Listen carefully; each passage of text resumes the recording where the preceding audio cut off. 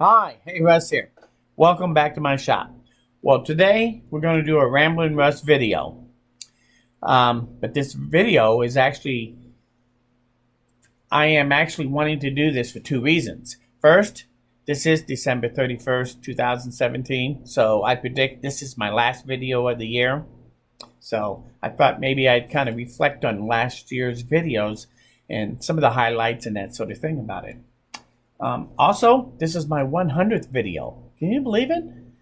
I can't believe it that I've had so much fun and I've done up to 100 videos already since the end of April. Unbelievable. So anyway, all I can tell you is that next year you're going to get more of the same because this has just been way too much fun for me. So hopefully you'll enjoy that too.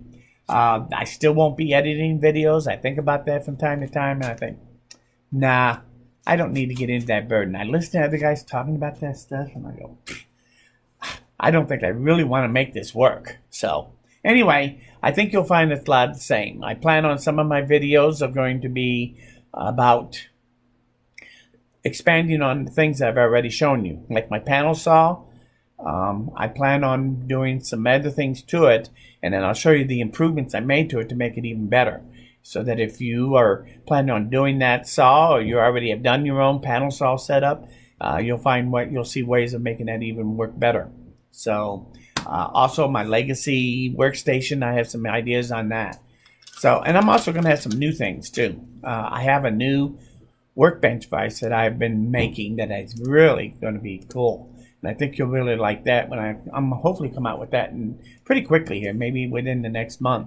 I'll have that out, and I think you'll really like that. The other new project I plan on next year doing is over where my miter saw station is. If you remember my miter saw, you did watch that, right? A couple of episodes ago. But I plan on taking and putting that back into a permanent station, making that whole wall over there my workstation for the miter saw. And I think that'll be much better. I used to have that, like I had mentioned before, in one of my previous shops, and I do like it better. So I really want to turn this into that. But I'm going to do something different. I know you're so surprised that I'm not going to do it like everybody else, because some of the things that's going to be different is, first off, the dust hood collector that I have with my legacy workstation. It's definitely going to be doing something like that for my miter saw station, because you know as well as I do, that miter saw, nothing puts out more fine dust than that thing does, in all honesty. And no matter how much dust collection you have going there, you still get that fine dust problem. And I think a dust hood will help that a lot. Rather than it coming in up my nose, it'll go up that fan into the filters. So I'm hoping to get a dust hood incorporated into my miter saw station. I also want to make it totally out of OSB plywood. What? You think that's nuts? Hey, why not? There's two reasons why I want to do it that way. First off, nobody's ever done it. I thought it would make quite a cool look when I get done. I have it pretty much envisioned what I'm going to do, and I think you'll like it when I'm done. But more importantly, the biggest problem with a workstation like that, where you're doing a whole wall, like the J. Bates type of station where you have all that plywood, you know how easy it is to wrap up over $1,000 into making a workstation for just your miter saw?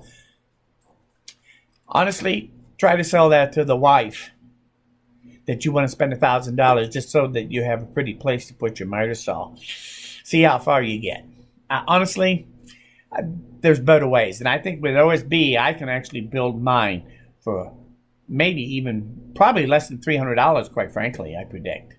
So, but we'll see. We're going to go on that trip together, and if you want to follow along, you're more than welcome to, and we'll see where we're going. If you have suggestions as we do this, believe me, I'd love to hear them.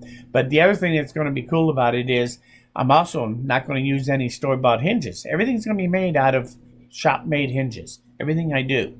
The other thing is, all my drawers, I'm not going to use regular drawer slides.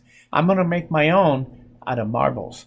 Wait till you see how that's done. So stay tuned. There's lots of things that we're going to be doing around here that's just going to amaze you, I hope.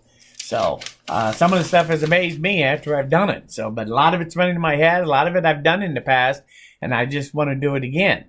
As far as the videos that I did the first 100, I wanted to mention to you my most viewed and my least viewed video.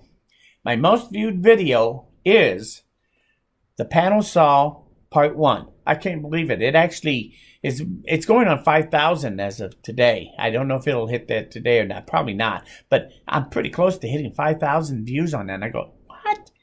That's unbelievable compared to all my other videos. And that's okay. I don't mind not having a lot of views. I'm having too much fun whether anybody else is watching or not. So, and hopefully you'll learn something as we go along here too. My least viewed one was the barking car. Believe it or not, that one that got a whopping 7 views, I think, so far. And what's funny is that that one I didn't even plan on doing. That one was an accident. I just was standing by the overhead door open, enjoying the day, and my car was pulling out of the driveway with the dog in there. And as always, the window rolled down so she can lean her head out and start barking. And so then that's what she was doing as she backed out and went down the road. You could hear her barking all the way down. And I just showed it on the video real quick and explained about my car and how everybody in the neighborhood knows me as the barking car. So, but surprisingly enough, that's still one of the best kept secrets on YouTube, apparently. So don't tell anybody. Anyway, that was my least viewed one. I thought that was kind of interesting watching what those two were. Everything else is falling in between. I've gone up quite a bit on subscribers from what I started, obviously. I still am amazed at some of them. I've seen guys out there that have 1,000 subscribers after 8 videos, and I just go, wow, how do that's amazing. I personally don't think I really want that in my channel. If I end up doing thousands of views, so be it. Because I do like answering any comments and responding to what you people out there are asking of me.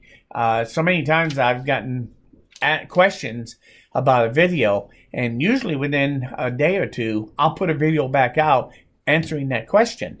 Like with my gripper, when I first did it, they really were struggling with how to make their own. So I did a video that explicitly showed them how to make their own.